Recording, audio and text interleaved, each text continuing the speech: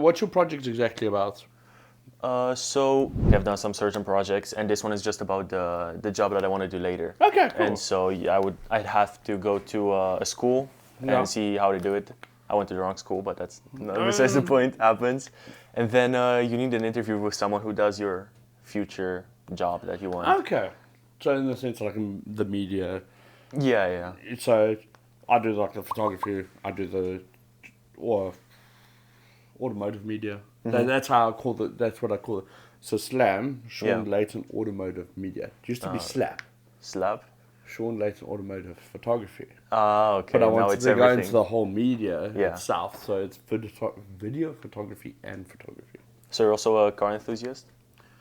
100%. Okay. How bad from 1 to 10? Like, is it like you know everything about cars, or? I'd say 9 to 10.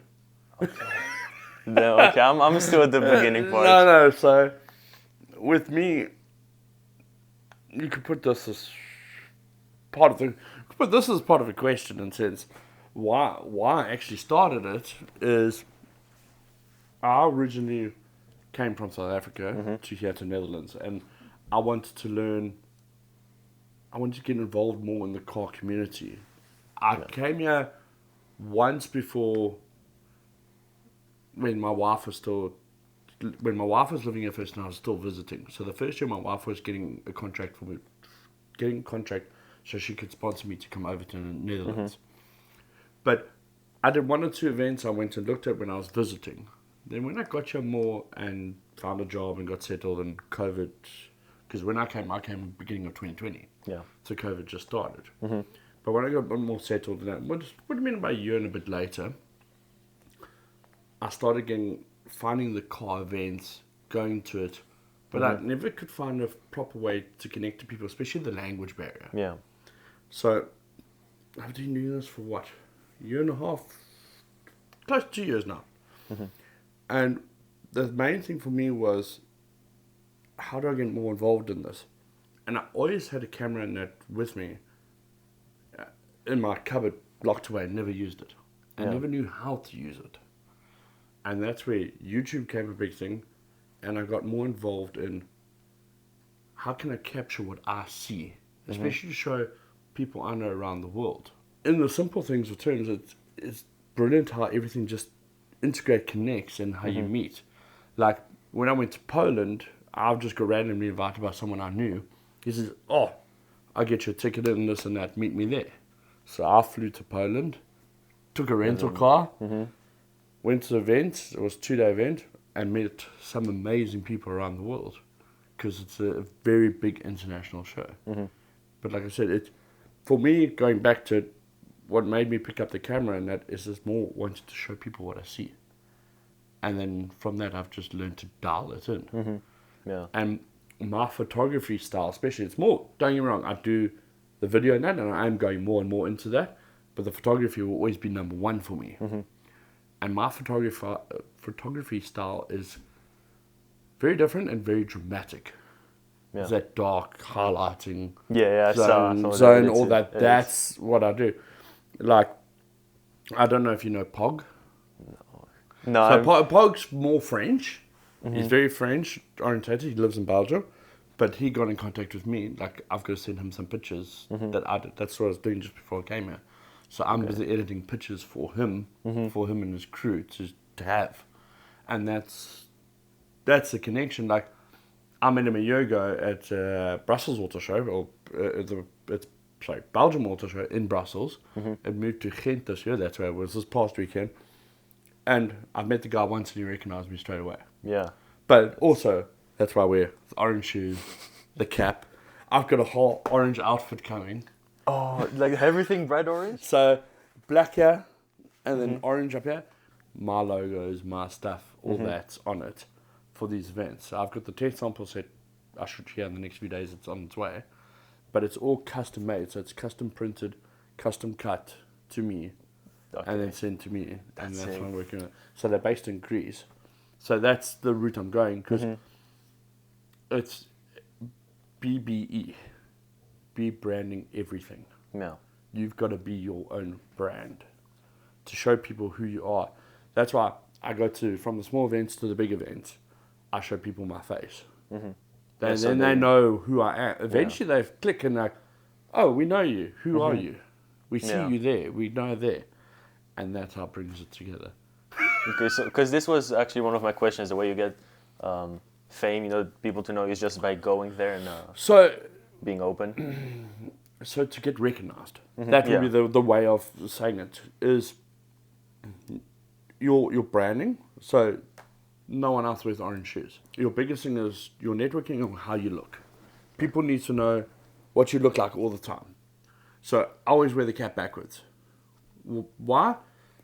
It hides his hair out of my face too. No. So and why not forward? A lot of people say I can't put the camera. Yeah. I don't shoot. I don't shoot with the screen. I shoot with the viewfinder. Yeah. So I always shoot, and generally Instagram post. So you shoot it, bright. vertical, up and down.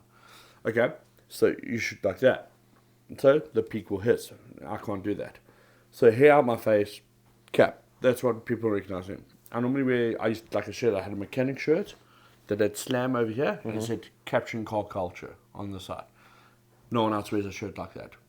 So I had grey and orange. It was like a pastel orange though. It wasn't bright orange. Pants for the photography. And then I had orange and grey DCs. But now I'm going to the more black orange, and the top's going to have a more black and a little bit of orange, and my new logo. So my current logo was just slam and white in it. My new logo is like slam but more vertical, with a bit more of a color splat background in a sense. So my new colors, my original colors was black, white, orange. My new colors is black, white, orange, plus lime green. Okay, so there's more contrast. And a little bit more contrast into it. So it's about color coordinating. People need to notice your own colors. People need to notice who you are. Also, another way people notice me, I'm loud. And that's me. I talk a lot, I'm loud. I go talk to someone. I can quite quick register if no one wants to be bugged. So I'll just go introduce myself. If I can see there's no conversation holding whatever, I'm like, cool, go carry on. How do you get to collaborate with companies? I mean, how would you get to do that? It's quite a difficult one. First of all, like I said, my style is very different than most. Second of all, how I started first of all, collabing, I've started with people themselves who own cars. So with their Instagram their profile, my Instagram profile. Sweet. But companies, for me, I think my first collab was with BC Racing. They make coilovers. Yeah. I was at Ultras last year, and I took a photo of one car. They sponsored to be there, and they sent me a message and say, hey, do you mind reposting that? Well, we repost your photo, send it to us, reposted your photo, but we will do collaboration with you. And that's how that worked. Okay. So you capturing the image they like, and you portray, and they want to use that. Okay, so they kind of reached out to you because you did something they liked and wanted to use. So obviously they start, and then another thing I did with them later on is there's a big show in England called Gravity. It's more about tuner cars and all that, and they invited me to come out and fly there, and I'll be under their banner for the weekend, in a sense, their brand, and help capture moments of the event. Hello. Wants to be in the limelight. Yeah. No, but so for me, it's growing a lot more with companies than that now. It's quite difficult because some companies do believe a lot in social media, some companies don't. So for me to go approach a company that doesn't believe in social media, have got their own social media, it's quite hard. But for some companies who want to really get into it and do a lot with it, and you've got a lot of people, companies that want to deal with social media in different, how should I say, with different people. They don't mind. As long as you fit within their brand, they're happy. I don't shoot anything automatic. Nothing on my camera is automatic. So everything's manual? Nothing on my lens is automatic. Everything's manual. So my focus, my zoom, to my ISO, to what my what you call it, your widening Yeah. to The your white balance. shutter speed. Yeah, I do everything manual. Okay. So I will, when I walk into events, I'll go, bloop, first photo. And Okay, then you what am set I everything. changing? Yeah. And so then go, and then I'll change between 3 lenses. I've got a prime lens of 35mm, so no zoom, Yeah. which does capture more crisp photos. That is my primary. That is my number. Then my other lens I use is a 24 to 70mm, 2.4. Yeah. That's my other photo, and then my big lens, I've got a 70 to 200. That's Okay, for this lens. is better, That's more yeah. for the drift cars whenever I capture drift events and that. Yeah, and then exactly with the primary lens is also the stop to it. It goes down all the way to 1.4. So it's got a very Yeah. yeah. It's a huge selection. Yeah, and that's the thing. You can learn to play, and with a prime lens, I've learned you can play with so much. A lot of people get fixated on zoom lenses. Yes, but I always say a prime lens. I started with a basic €100 Canon 50mm lens, Yeah. and that's how I learned to take it. And what stopped me there was just you got to have so much distance from the car. You gotta stay far. And on a car show, you can't do that. Yeah. How much do you need and how much does it cost? Like everything from the camera to the lenses and then the computer with the editing. So, okay. So before I started this, I did do a lot of game streaming and all that. I did streaming, so I do have a decent computer. I do have a separate laptop for editing too, more for not at home, but when I go away. Yeah. So when I go away to certain shows, a lot of them are 2-3 days, and coming back to another thing is, it's always about the then and now. If you want to get noticed, I'm not going to look up the event after it's gone. I'm going to look up the event while it's happening or just before it happens. Yeah, so you have to. So I get a lot of permission to go into events on setup day. And I'll go take photos of the car setup and then leave it. And I'll generally just go straight back to the hotel, have a shower, and start editing. And edit 6 to 10 photos and put it up. But going back down to cost is, so I run 2 body cameras. So I run the Canon D5 Mark IV and a Mark II. I started with the Mark II. That's what I started with. Why I always generally have 2 Canon, two bodies, is if one fails, if your shutter fails. That is a thing that's going to happen. It's going to eventually happen. And luckily, touch wood, I haven't had it happen. But if it does, I'm prepared. Because if I can't shoot, there's no point in there. Gotta go back home. You go back home. So that's your main thing, is that the lenses, like I said, I've always said to someone, a 24 to 70 could do. So you could do one lens with the job I do. But I do like a little bit more of a selection. So that's why I got the 3 lenses. So my main body camera, if you go about brand new now, which one is new, is, what are they, about €2,500. Okay. My Mark II, which is older, you can't buy new. I think you pay about €400 for a second. Yeah, okay. So more reasonable. My Sigma 35mm lens, which is my primary lens, my prime lens, I couldn't find any on the second-hand market anywhere in Europe. I had to buy brand new. That was €950. Okay. Expensive. Yeah. Luckily, my 2 lenses I got given by a friend who had a Canon and swapped to Sony, and he was just like, have it. Yeah. They're expensive. So the 24 to 70, I think it's rated to 2.4 aperture. That's also about $2,500. The 70 to 200. So as much as the body. Yeah. Lenses are as much as the body, if not more expensive. Yeah. Like, that's the thing. Those lenses, they are brilliant, but they're expensive. But you got to know how to use them too. You got to get the camera. Then, if we go into the video work, I've got my pocket Osmo with the 2 marks. What's it? €800.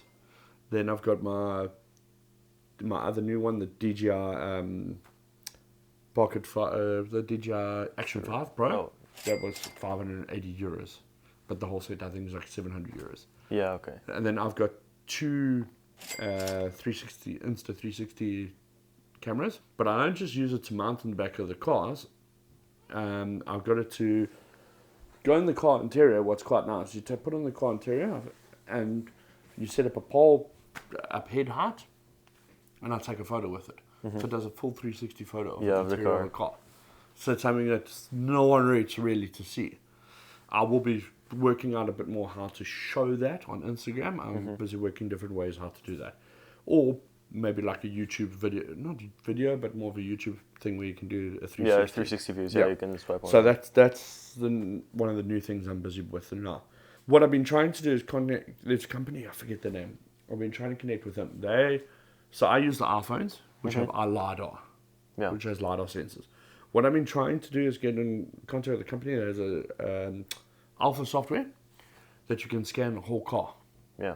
With your LiDAR and the interior, and then you can walk around with your VR. So I'm in talks with that company. I'm trying to see what they can do with me and this and that. So interesting enough, my social media, my YouTube is not big. When I mean big, I mean I think I'm on just under 1,900 followers on Instagram, and on YouTube I need 188 subscribers or something, but my views say something else. So my average in the last 6 months on Instagram has reached 190,000 accounts a month. Oh, the hell. That's way better. So I reach 190,000 accounts a month. That's my average. And then my YouTube average is,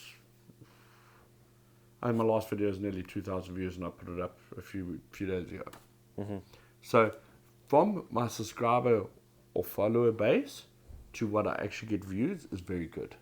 Yeah. And if it keeps growing like that, I'll be happy. And that's the point. So let's say our last video, 2,000 people watch. Okay, out of those 2,000 people, less than 10% are subscribed.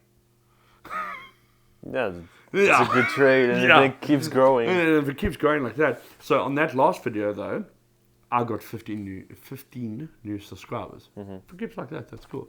So the new format of video I'm doing in YouTube, you would have seen on the last video, was I will do a walk around of the whole show, but I'm going to try to compact those videos to less than 20 minutes. Yeah. I think I watched a part of it, actually. And the last one I would have done wasn't that. There will be another version. So at a show, I'll try to split to 2 videos. One will be top 5 cars, and then I'll also try to have a walk around video of around the thing with a lot of B-roll on that. So yesterday I copied everything across from this big show I did for 4 days in Belgium. Now it was 387 videos. Oh, that's a lot. That's a lot to go through. Okay, but it's B-roll too, and and talking. But I know how I planned it, and a lot of people are against it, but I'm a lot with it. Is I try script a little bit, not too hectic, but I use ChatGPT to help me script. Yeah. Why? Because it just gives you down to a schedule of what you should do, how you should say it, this and that. I don't follow it to a T, but I follow it to 80%. Yeah. And then I put my own spin on it, or accent, or whatever you want to call it, my entertainment version of it. How important would you say it is to have a plan before the actual event happens? Lately more so. Because I go into events, especially it depends. Some of those events I walk on only one day. Some I go 2 or 3 days. A 3 to 4 day event is nice because I can actually just take it a little bit easier, go look what I want. But if it's a 1 day event, it becomes really hard. Especially a bigger event. Like I had that one 2 weeks ago, the Rise Nation one. There was probably about, I'd say, good 550 cars. And to walk around For one day. And I've got to figure out what to shoot, what to look at and what. Luckily, I got there the night before. And I was allowed to come in from 4 o'clock. And I was there for 4 hours. And I was very fortunate my wife came with me. So my wife and I support each other a lot on what we do. She's a singer. I support her. I help her where I can too. Vice versa. So my wife was likely to hold the camera and help me script a few things and work out a few things. So when we went back to the hotel, when we had dinner, we sat there and we're like, what is going to be our top 5 cars? And we say this. So when we got to the event, before we got busy on the morning of the event, we went and recorded that first. Yeah. But my wife recorded all the B-roll for the walk around the night before. Yeah. So it's team working. Yeah, and then I was taking photos. So I would say scripting nowadays is a big thing. Another big thing I've learned from working with people like Tommy from America and all that, which I need to still learn a lot more, is thumbnails. On YouTube, thumbnails. Important. I forget it a lot to show, but I need to dedicate a picture or a theme to a thumbnail. Where it came to is Tommy was Tavares. Tommy's Tavares' cameraman, and they went to, where was it? Somewhere in America, but anyway, it was in the desert. There was forgotten Lamborghini mirrors, and it was one of the world's biggest auctions that happened recently. But Tommy sent me the Dropbox and said, have a look at this.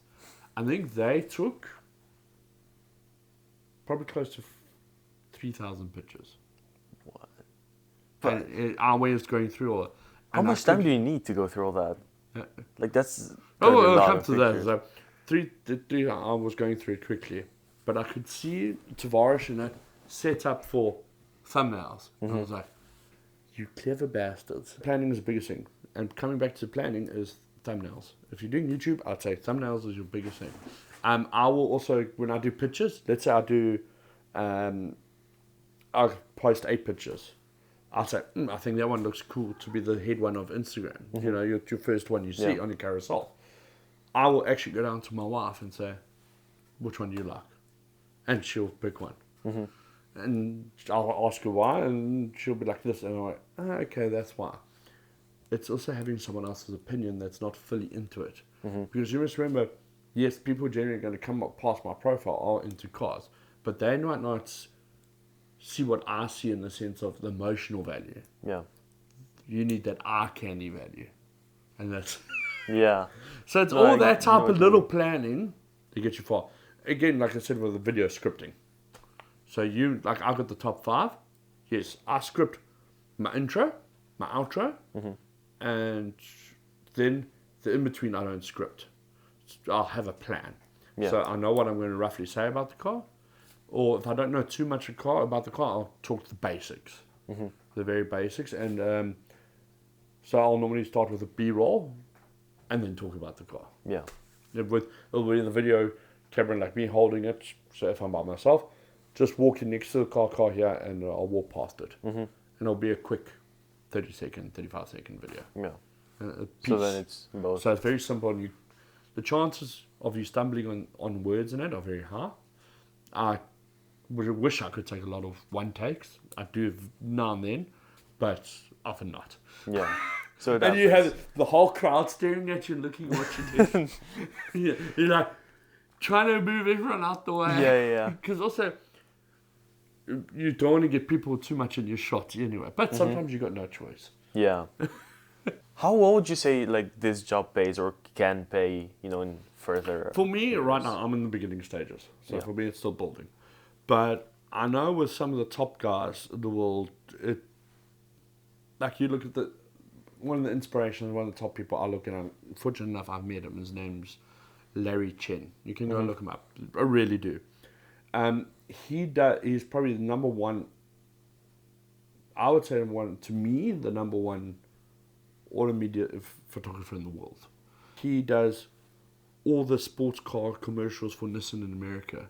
So he doesn't just do photo, he does the video also. And I know people can pay for a shoot for him like $5,000-$10,000. But then, how often does it happen? Like, it is a lot of money, but like, how often do they get a photo shoot? I think it depends on the clients and where, what, and how. But yet again, they've also got to do a lot of free work. So you take someone like Larry Chen, those type of guys, they will still have to have an income from YouTube. But they can't go charge someone for YouTube. Yeah. They have to go to I don't know, like Top Secret in Japan, or go to Tokyo or Elta Salon or SEMA or something like that, and go do a walk around video there. That costs them time, and that's the whole thing with that is that's free work in sense.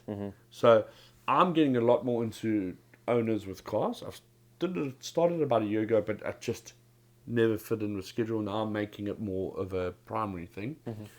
So I'll be doing a video in videos in future now with owners with their cars. I do interview 15 minutes. I did the one with the Lamborghini. And with that, I'll do a photo shoot, this and that. That will be to the owner. But what that does also, it builds my portfolio. So it's a give and take. Yeah. I think there's a lot more give and take than people don't understand. You probably find a lot of those guys who, when they initially worked with, like Larry Chen with Toyota or Nissan, it was very much just to cover their costs. And then built up later on. Yeah. I think that's the way of, I would say the way of doing it in the beginning. Because a lot of work, you have to do for free to build the brand. Yeah, exactly. Yeah. So, free work first and then the money comes. Yeah, unfortunately. But it's enjoyment too, you know. Yeah, exactly. If you don't do it for fun, then it's pointless. Oh, yeah. Exactly that. And if you get paid for fun, it's even better. Yeah. What do you wish you would have started with differently? I mean, doesn't I wish. I don't know. It's quite a difficult one because on one hand, I always believe things happen at a certain time for a reason. Yeah. To a point. But me, I wish I just learned it earlier, the photography. And I've been putting off the video side for a while, but I've got to the point where I have to do it. Yeah. And I'm actually, not just that, I think it's more I'm enjoying to do it.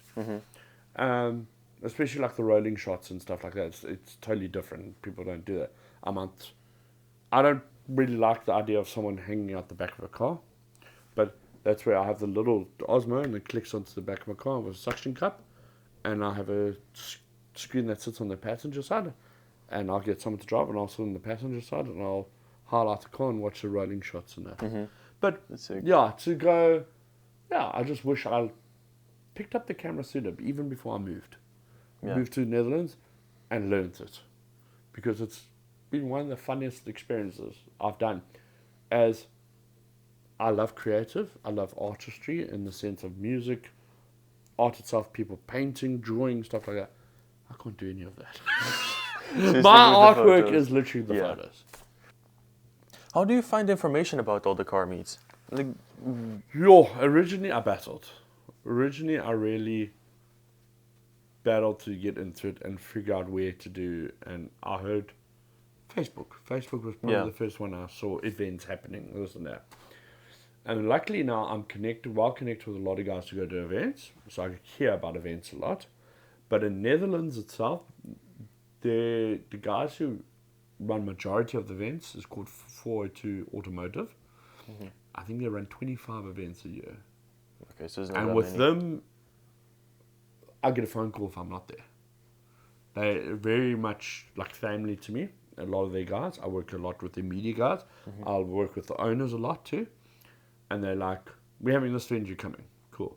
But not just that, I've got a guy, his name's Oscar. I drive his blue Supra and that a lot. I go with him and his wife to a lot of events. They make custom shirts and all that too. And I drive the cars too also. And that's how I find a lot of these events is through them.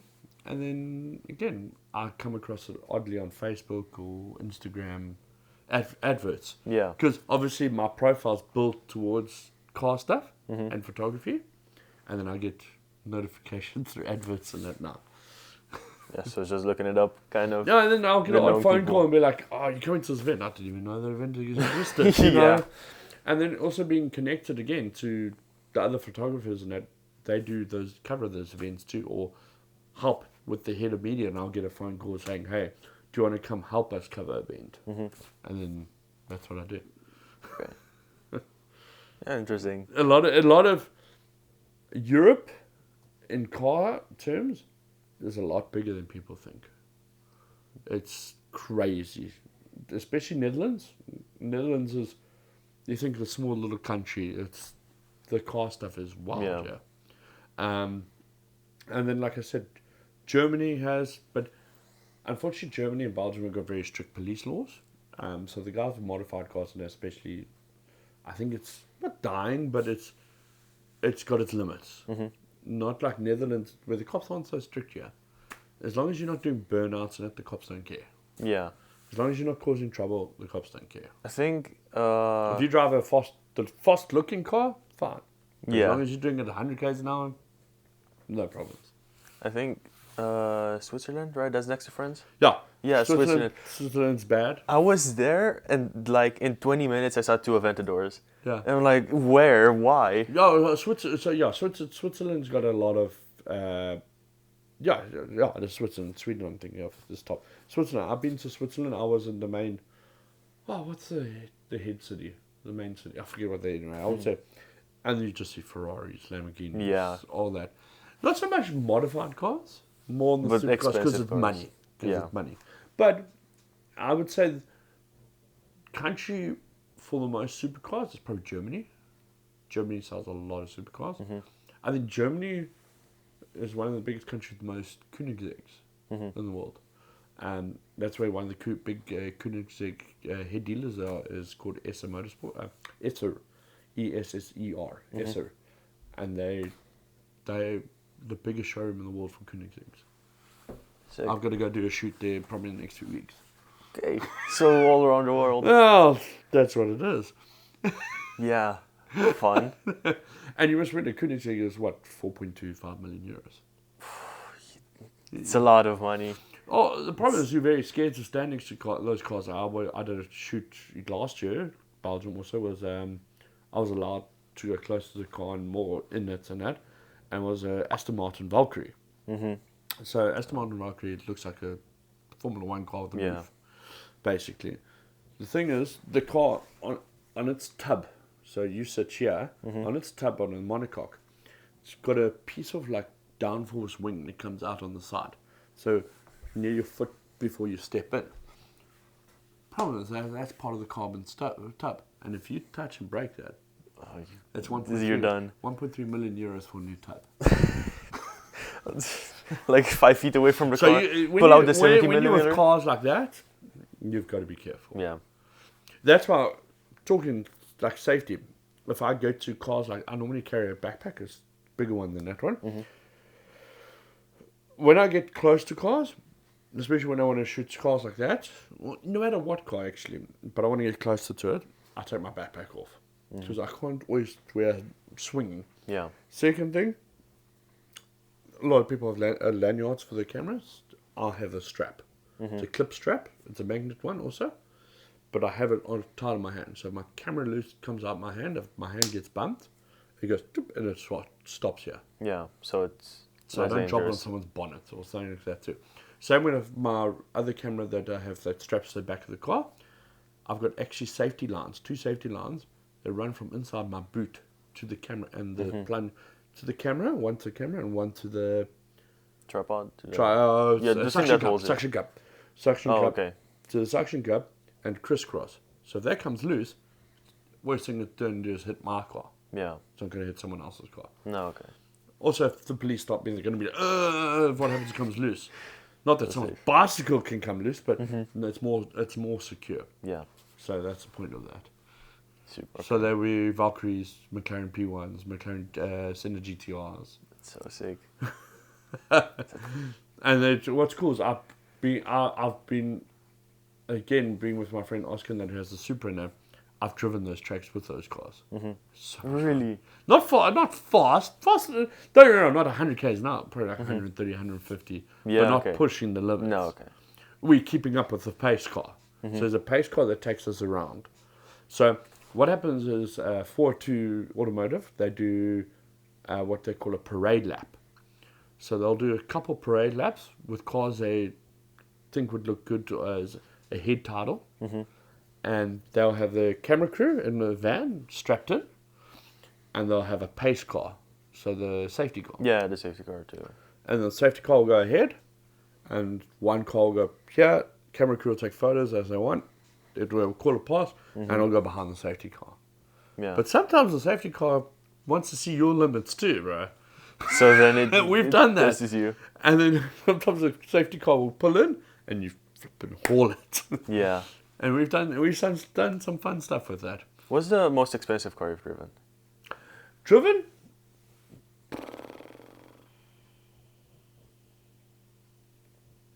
$911 Turbo S. So not that expensive. No, but But compared to I've been in Saturn.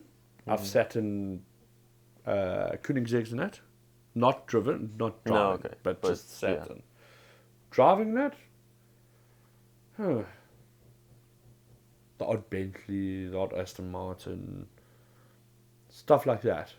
But I've more enjoyed the modified cars, and especially the JDMs. So, I don't know, not even JDM, just all the modified cars. I enjoy it because it's someone's personality that's been put into it, and you can see it, you can touch it, you can smell it, and that's why I love. That's what I think I love capturing about, especially a slightly personalized car, not even fully modified. Is I'm capturing someone's personality. what are some priority investments? Like you have your camera and a lens, but then you have more money, and then what's the first thing you should really buy? I mean, just for photos, not interviews or anything. So like, I don't think microphones are that important if it's not Filters, interview. especially car photography, CPR filters. What's a polarized filter they call it? Yeah. Circular polarized filter. So it's like putting your sunglasses. Not for the ND filter. ND more is your darkness. A circular polarizer is like putting polarized lens on your glasses when you look at a windshield. Yeah. Especially a car, the windshield gets glare, especially even indoors from lights. The CPR filter, you turn it around. So I'd say decent. You don't even have to go high-end filters. Just the 50, 60 euro ones. You get some that are 200 euros. I've used them. I don't see a major difference. Yeah. I don't find that difference for that. So I would say CPR filters, bags, definitely tough carry bags. Another thing I've gone to, like I said, the tripod. I say tripods. If you want to shoot a lot more indoors and get a very clear photo, and yeah, it's like you said, if you have the camera and lens, tripod, I would say. And like I said, good carry equipment, CPR filters, and then obviously if you got a computer net for editing, good editing software. Yeah. A lot of people go for the cheap stuff, in the sense, this is better. Like I just use Adobe Lightroom, the newer version, not the classic, the newer version, which you can actually get free on your phone. But I just use that. I've got cloud based. So all the photos I've edited in the last 2.5 years. So I think there's probably about 120,000 photos set on my cloud at the moment, and it all goes in there. And then that's the one, and those are the only ones I choose to edit. Yeah. Oh. I've probably got 3 or 4 terabyte hard drives full. It's a lot. And memory cards. There we go. Memory cards. Memory cards. Memory cards will be the other one. Good memory. Decent memory cards. So. What about batteries? Batteries also. Batteries, they actually last longer than I thought they would. I've got a lot of, but I did buy the higher version spec battery. Yeah. Not your basic one. You get I forget what your basic one is, but the one I bought. So your basic one, I think for my Canon was like 50 euros from Canon, but you get a high upgraded one. It's not bigger. It's just got better technology in it. So I think what it's made out of, and they're like 120 euros a battery. Okay. But a battery will last me a whole day shooting about close to 800 photos. Oh, that's pretty good. Yeah, for one battery, that's very good for one battery. Yeah. And that's constantly, sometimes I leave it on, this and that. And then again, like I said, the clip, where you clip the battery. So if you have a good lanyard, buy a good lanyard, or if you have like I have a wrist grip. Yeah, I would say that. But batteries, definitely. Memory cards, definitely. And don't skimp on memory cards. I have friends that have cameras that can take 2 memory cards, and they're like, one will do. I've had corrupt memory cards, and there's nothing you can do about that. That's why you have 2 memory cards, because if one corrupts, then you're like, my photos are not good. My work for the day isn't gone. You still have something. Yeah. No, I would say that. That's what I would say. What's your favorite car? Like, I don't have a favorite. You I've don't got a have- lot. I've got a lot of favorites. okay, type of favorite car? I like. Okay, so if I had the money in car, I'd buy now for myself, modified. To Aston Martin, the older Aston Martin Vantage. So like a 2007, 2005 Aston Martin Vantage V8. And I would probably put an ACR body kit, carbon body kit, and supercharger. Okay. That, So, Toyota Supra, always like the Mark IV Supra. Luckily, I do get to drive one often, and we are heavily modifying it soon. That, and I've always loved a Lotus Elise and Exige. The S2, you get the S2, so the Mark 1, 2, 3. They get, so it's the S1, S2, S3, and they've gone to, what's the newer one? Emira. The new Lotus, the Lotus Emira.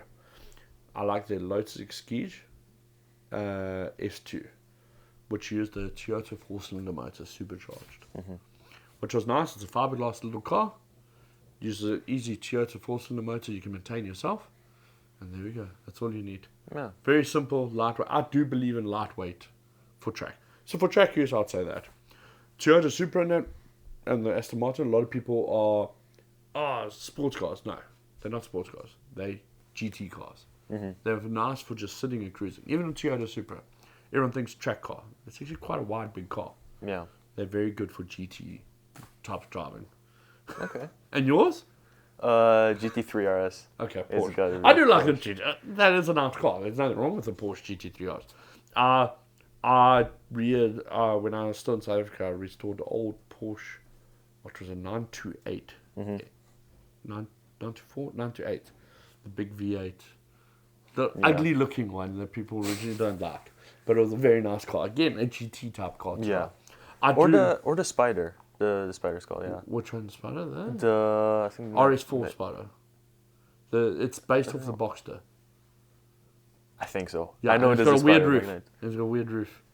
The back is weird. It's got like two openings Yes. on the back. That one, Okay, yeah. my one friend owns one. They're very nice. Really? Yeah, owns like a purplish pink color one. Yeah. No, I know the first time I saw the Porsche, I was like, it's fancy, it's sporty. That's my When you car. go to like places like the Nürburgring and that, you see a lot of Porsches because they are affordable. If you have the They money. are very good for their price for what they do. You can just thrash them around the track. You can get spares easy, and they're very good at doing that compared to anything. I wouldn't say anything else, but most things Yeah. they're very good at. Because if you look at a proper GT cars and that, you're going big money compared to a Porsche, which you can pick a Porsche up for. Yeah. Well, those are all my questions. Thank you very much. Thanks. No No problem. worries. Hopefully, I answered everything I needed to. Yeah. No, it was perfect. You have fun editing that. I mean, I have to. Yes. I know that's I was looking for the magnet because mine I put